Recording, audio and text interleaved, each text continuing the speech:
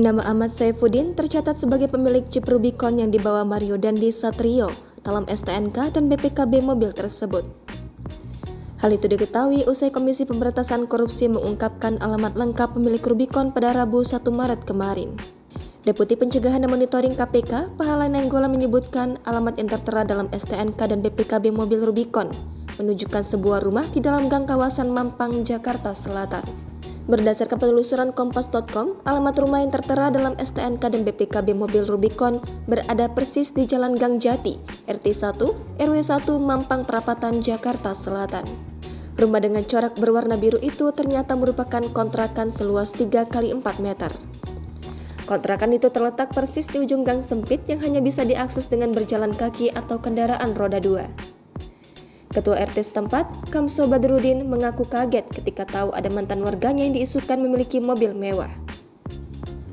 Kamso menilai hal tersebut tidak masuk akal. Terlebih, Kamso mengetahui latar belakang perekonomian Saifuddin.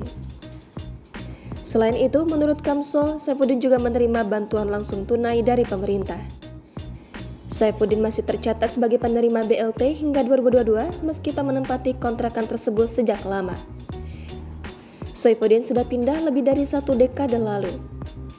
Geng Ayam Mario lakukan transaksi pakai nama orang lain.